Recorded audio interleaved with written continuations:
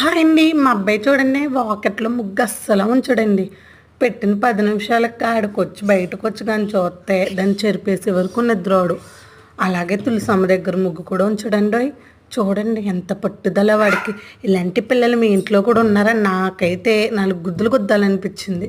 మళ్ళీ ముద్దేసుకొస్తాడు, ఏం చేయలేం. సరేలే ఈ వయసులో కాకపోతే ఇంకెప్పుడు చెరుపుతారు అంటారు పక్కోళ్ళు. అది వేసినోళ్ళకి తెలిసిద్ది. హాయ్ అండి. మా అబ్బాయి చూడండి వాకట్లో ముగ్గు ఎలా చెరుపుతున్నాడో. మీకు చెరిగిన తర్వాత వీడియో పెడితే ఎవరు నమ్మరనేసి నేను ఇలా చేశానండి. వాడు రోజు అదే పని చేస్తాడు, అసలు ముగ్గు ఉంచాడండి వాకెట్లో.